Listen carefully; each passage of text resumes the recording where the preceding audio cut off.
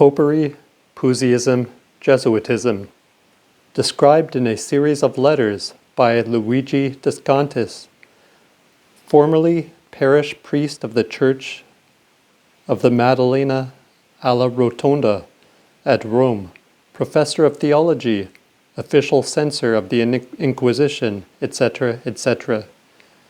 Translated from his original Italian edition, published as Roma Papale by Maria Betz.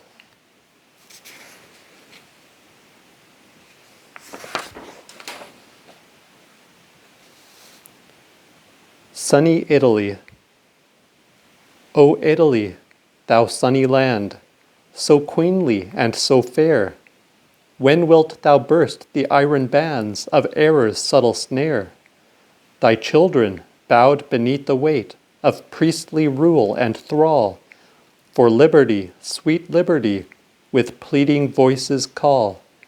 Historic ruins, stately piles, Madonnas, relics, thine, but for God's own most precious gift of freedom still they pine. No hallowed Sabbath brings release from sordid toil and care, hushing earth's weary din and noise, and breathing thoughts of prayer. No open Bible meets the clasp of hands so faint and worn, with struggling for the right to live, they would they'd ne'er been born. Yes, poverty and sickness one, swift follow in the rear, when superstition leads the way throughout the circling year. Upon a land where Satan reigns, God's smile can never rest. Where he is honored in his Son, there are the people blessed. Rise up then, Italy, and take the gospel offered thee, deliverance too from Romish chains, then thou shalt be free. Letita Jennings, Rome, 1890, from The Christian. Translator's Preface. These letters were published by Luigi Descantis under the title of Roma Papale in 1865 at Florence, with copious notes.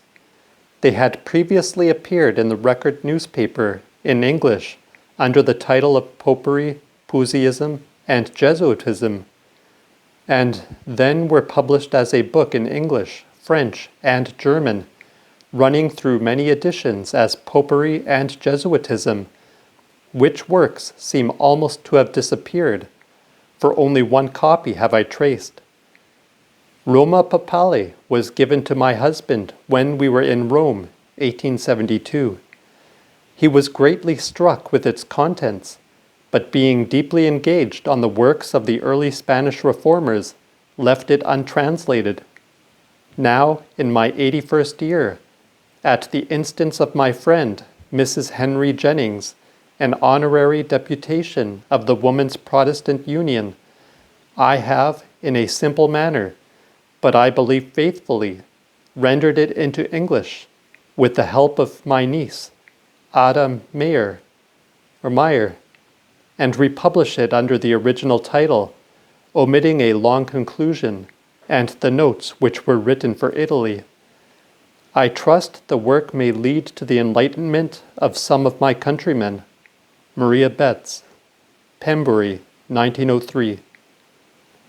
Translator's Preface to Second Edition.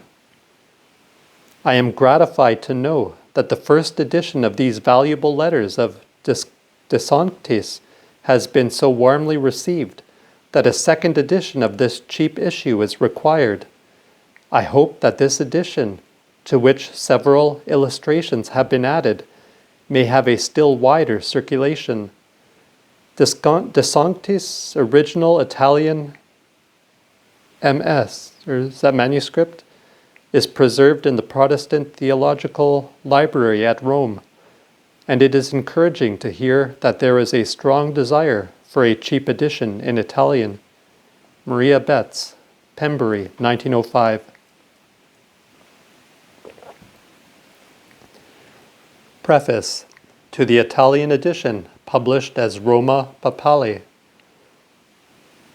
The letters which we now publish for the first time in Italian are not new. They were published in English in 1852 and had 3 editions in that language. They were then translated into French and German, and in these languages also they have passed through various editions. They were at first composed for England and were published in the Record, a journal of the English Church. They bore for title Popery, Puseyism, and Jesuitism, and their scope was to show the union of these 3 sects in making war on true evangelical Christianity. But the English editor, perhaps not wishing to irritate the great Puseyite party in England, suppressed in the title the word Puseyism, and published the book under the title of Popery and Jesuitism, which title is preserved in the French and German editions. But the publication of these letters would be of little profit or interest to Italy, as they were written for England. Therefore, the author, leaving the original plan of the work, has so recast these letters as to render them interesting to Italian readers. Unfortunately, Papal Rome, under the religious aspect, is not known even in Italy. The organization of the Court of Rome, the manner in which it manages its affairs, the hidden springs which move all the machinery of Roman Catholicism, are mysteries to many Italians. We do not flatter ourselves to have laid bare all these mysteries, but we hope in our book to have given an idea of them. As to the doctrines of Roman Catholicism, we have not exposed them all, our aim not being to make a controversial book, but we have sought to expose some practical points of Roman Catholicism as seen in actions in Rome. He who wishes to know Roman Catholicism as it is must study it in Rome, and study it not in books, but see it in action in the Pope, in the cardinals, and in the Roman congregation. Books often only give a false and always an incomplete idea of Roman Catholicism.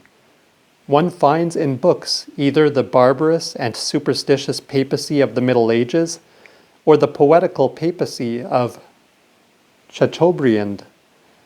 If you observe the papacy in different countries, you will find it most varied. In the south of Italy, you will still find all the superstitions of the medieval age. In England and in Germany, where Roman Catholics are mixed with Protestants, you will find a papacy less superstitious and more tolerant, to be transformed into superstition and intolerance in the day when it shall have become dominant. It is a certain fact that after the Council of Trent, Roman Catholicism was entirely fused into Jesuitism. Jesuitism is not very scrupulous. It knows, according to the circumstances of the times and places, how to invest itself with new forms, and to appear even liberal, whilst officially it condemns liberalism. We have a speaking example of this under our eyes. Pius IX, in his encyclical and in his syllabus, solemnly condemns all the principles of liberty and progress, and at the same time we see theologians, Catholics, priests, and bishops pretending to be liberals and progressives, remaining attached to Catholicism and the Pope. Thus the people do not know whom to believe, and Catholicism presents itself to tyrants and to retrogrades armed with the tyrannical and retrograde encyclical. It presents itself to the liberals armed with the reasons of the neo-Catholic theologians who affect liberalism. It presents itself to the people to deceive them under the aspect of religion. These tactics are precisely the fundamental tactics of Jesuitism, which is based upon this principle, amply explained in our book, that all means are good when they conduce to the end. The originator of this impious maxim was Ignatius Loyola. The Roman court accepted it, and thus it is obliged to submit to Jesuitism and leave to it the care of managing its interests, so that Jesuitism acts with great zeal every time that the interests of the one are separated and opposed to the interests of the other. Then Jesuitism is the first to rebel against the Roman court, and then that must yield to the immense influence of Jesuitism. The day that Catholicism is separated from Jesuitism will be the day of its death. To have a just idea of the immorality of the Roman clergy, it is necessary to have been educated and to have lived, as the author of this book has done for many years, amongst the priests and friars. It is only there that you can know the life of those pretended servants of God. There you know how those ecclesiastics pass days and hours in idleness, in the most futile and very often the most immoral conversations. There you know the cabals and the subterfuges of these servants of God to reach after and lay hold of a bishopric or the charge of a convent. But we do not wish to say by this that all priests and all friars are bad or dishonorable men. There are some good ones, but they are rare exceptions. We are persuaded that there are also honorable Jesuits, but such as these are an almost imperceptible minority. They are men who have not known, or could shake off, the prejudices of youth, and whilst becoming old, have remained childish. These have not had either knowledge or power to unfetter reason and religious prejudice from the shackles of their early education. They retain as infallible truth the legends which with their youthful minds were filled, and retain as the representative of God the man who, in the name of God, treads underfoot the most holy rights of man.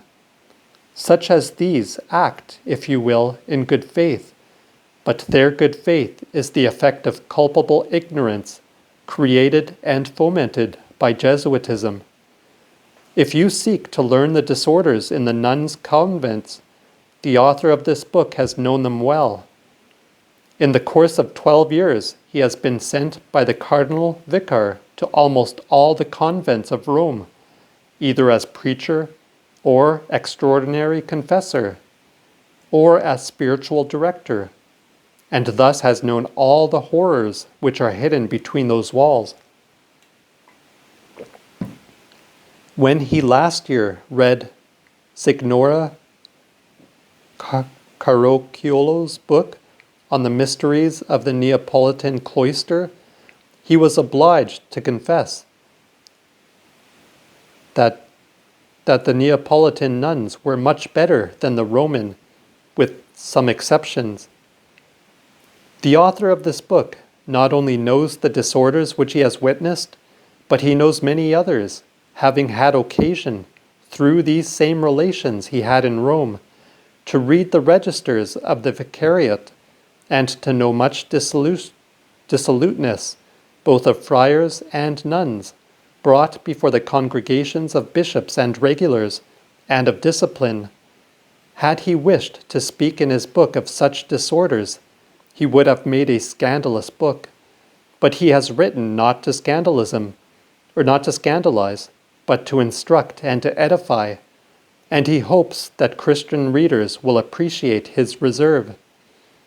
To know that Roman Catholicism is the religion of money, you need to go to Rome, to enter the chancery and the Roman court of equity, and to see in what way bishoprics, canonries,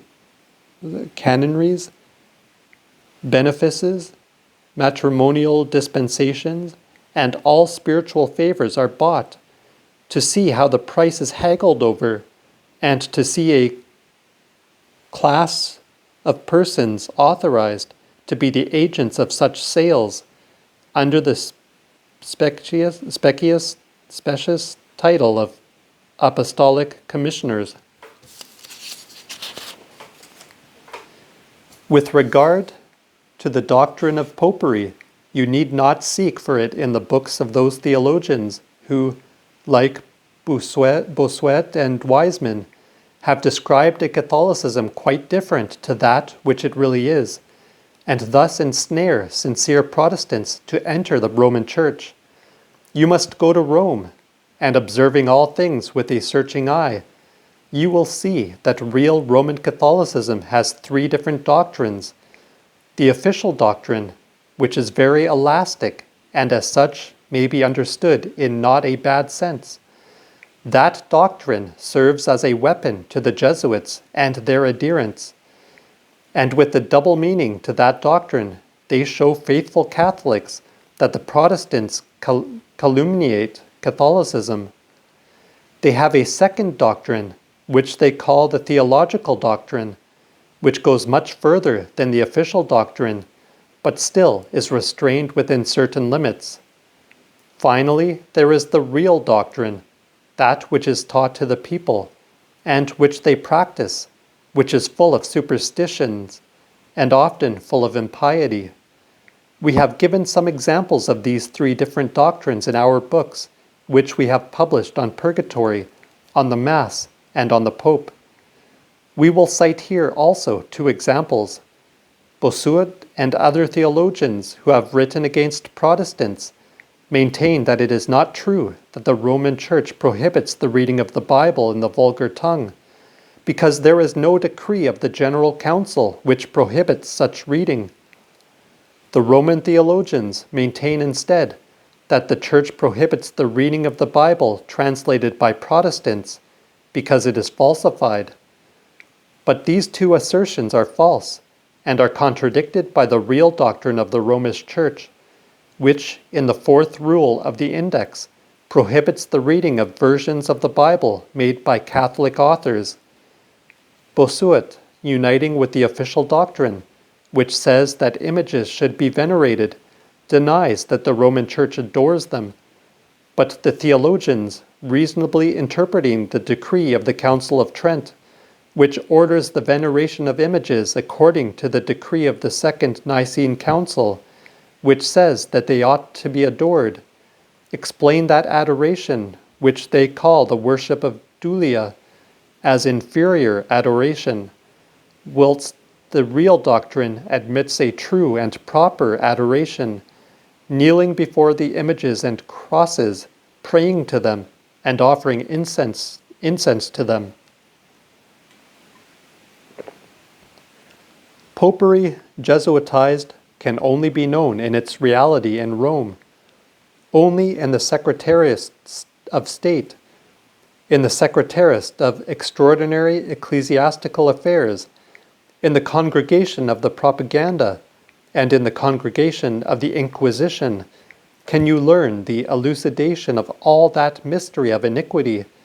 There alone can you learn the subterfuges and the evil arts that they adopt to draw all the kingdoms of the earth under the yoke of the Pope. It is an incredible thing to say, but it is nevertheless true. Rome is glad of the progress of infidelity and rationalism because it hopes, and not without reason, that a country which becomes infidel is more easily made subject to popery. Rome, Jesuitized, knows how to draw for itself an admirable profit from love of the fine arts. It knows that the world is carnal, and the worldly cannot comprehend the things of the Spirit, because they are spiritually discerned. Thus, in place of the worship in spirit and in truth taught by Christ, it has substituted a worship carnal and material to retain in its bosom carnal men under pretext of religion. The policy of Jesuitized Rome is contradictory and deceitful. It proclaims and condemns at the same time liberty of conscience. It proclaims it in the countries where it does not rule, to be able thus gradually to sow confusion, and one day to get dominion. It condemns it in the countries where it rules, for fear of losing this dominion. Such conduct shows evidently that it does not act on any higher principle than that of its own interest. I should never be able to finish were I to enumerate all the monstrosities which are included in the fusion of Popery with Jesuitism. I could have desired to explain more at length this theme, but then I should have had to write many volumes, and this generation does not love voluminous works. Hence I must content myself with giving a simple allusion to papal Rome in this present work. Nevertheless, in presence of the facts cited, and the express judgments of the author, the public has a right to know from what sources he has derived his information, and what credit they may merit.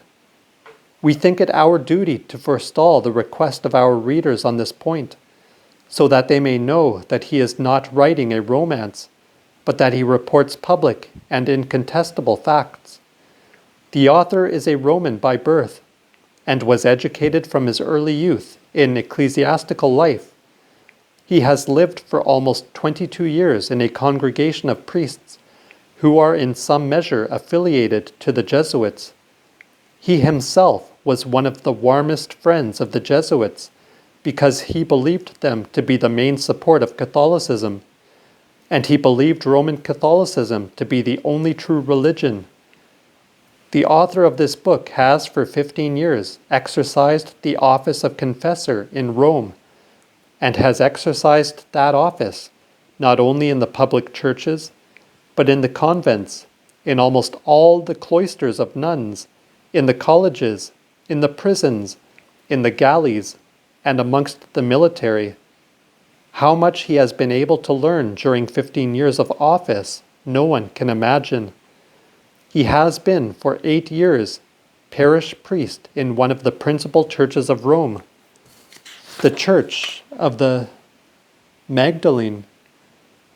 He was esteemed by his ecclesiastical superiors, who have many times confided to him the most delicate commissions, and he ever preserves 100 autographed documents of his superiors, which show that his conduct all the time he was in Rome was always such as to merit their eulogy. Let this be said in answer to the calumniator, Father Perron, and others of the same class, who have copied from Perron the calumnies they have poured out against the author. He challenges all his calumniators to set up an honorable jury to examine the documents he has and pronounce sentence. All this should assure readers that the author has known the facts he narrates. With regard to the opinions which the author permits himself to give in this book, readers may be assured that he was in a position to give them. After having received academical degrees, he was for some years professor of theology in Rome itself. He had acquired the degree of censore emerito, emeritus censor, in the Theological Academy of the Roman University, and was a member of various academies. The famous Cardinal Macara, Dean of the Sacred College, had chosen him to be one of the prosynodally examiners of the clergy of his diocese.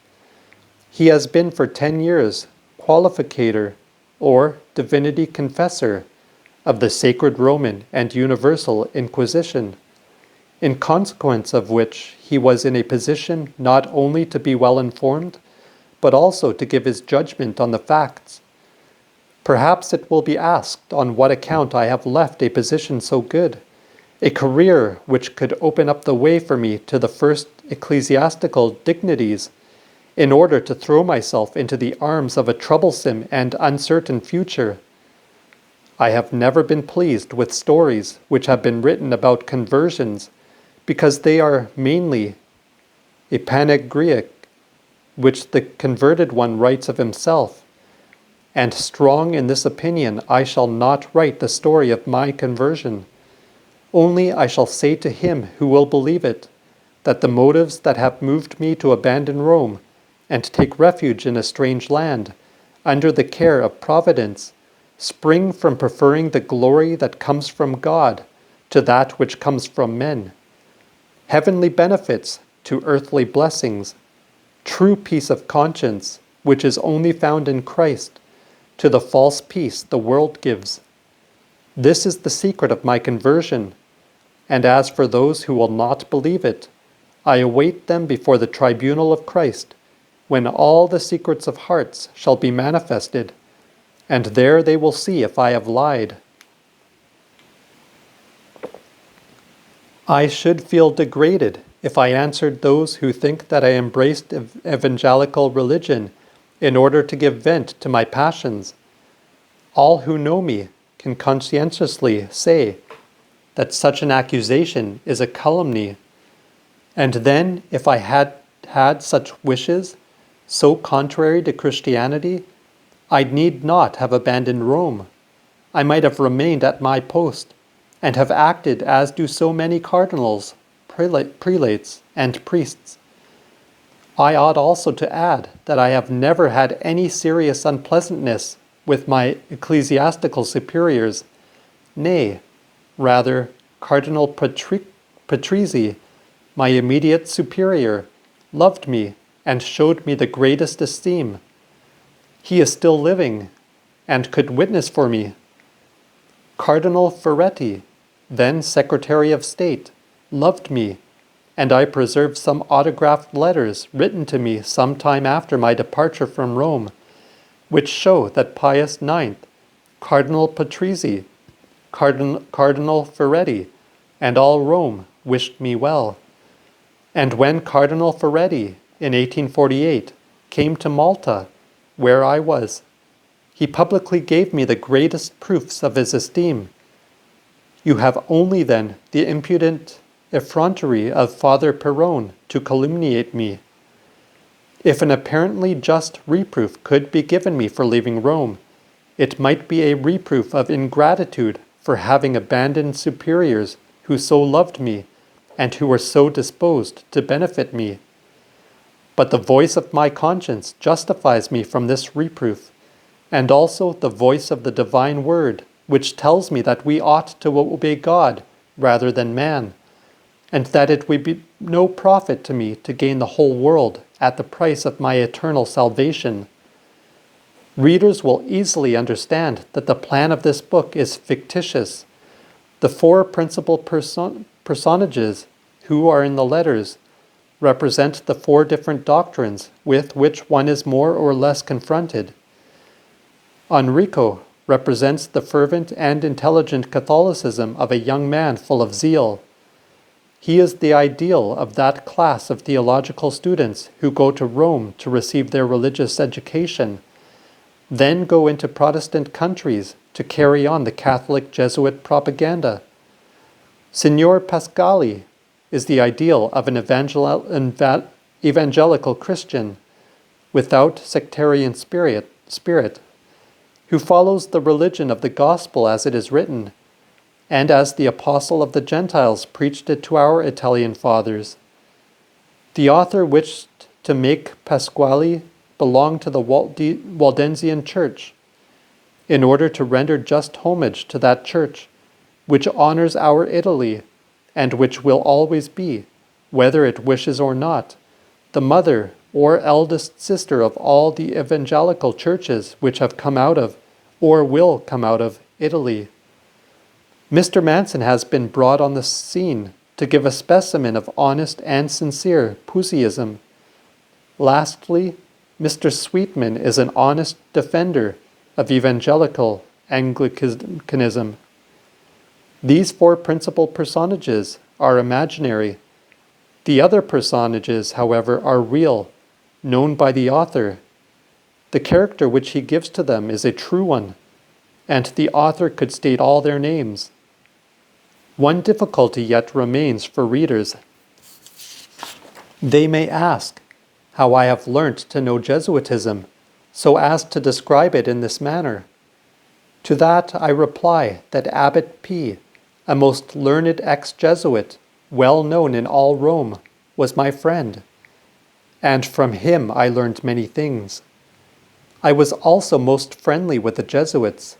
Father Perron, who now calls me ignorant, 20 years ago invited me many times to examine and try his theological students. Father Rutan, a famous general of the Jesuits, loved me much, and gave me his book on the exercises of Saint Ignatius, which is only given to great friends of the Jesuits, because it contains the unfolding of the fundamental maxim of the Jesuits, that all means are good, if only they lead to the end. I have been 3 times to perform the exercises of Saint Ignatius in the Jesuit convent of Saint Eusebius, the first time when I was an enthusiast for the Jesuits, the second time when the study of the Word of God had begun to open my mind, and then I began to see the wickedness of the Jesuit doctrines. I went there the 3rd time, but only to well study those doctrines and to learn the true explanation of them from the 2 famous Jesuit fathers, Zuliani and Rossini. The letters bear the date of 1847 to 1849. Some insignificant changes have taken place in Rome since that time. For instance, there has been some amelioration in the condition of the Jews, but this came to pass not so much from the exigency of the times as at the instance of Signor Rothschild, who refused to give money to the Pope if their condition was not ameliorated. But the apparent amelioration has only increased the cruel persecution of those unfortunates. We wish that this book may have, in its original language, the same reception which it has had in the foreign language into which it has been translated. Florence, February 1865. And here are the contents. Sunny Italy, Translator's Preface, Letter 1, Exercises of Saint Ignatius, Letter 2, the Puseyite and the Jesuit, Letter 3, the Waldensian and the Jesuit, Letter 4, the Monuments, Letter 5, the Monuments Continued, Letter 6, the Discussion, Letter 7, the Supremacy of the Pope, Letter 8, the Parroco, Parish Priest, Letter 9, the Ecclesiastical Congregations, Letter 10, the Power of the Keys, Letter 11, an Evening Party, the Congregations, Letter 12, the Holy Week, Letter 13, the Holy Office, Letter 14, Jesuitism, Letter 15, Jesuitism Continued, Letter 16, the Imprisonment, Letter 17, the Process, Letter 18, the Conversion, Letter 19, Diplomacy, and Letter 20, the Archives of the Inquisition.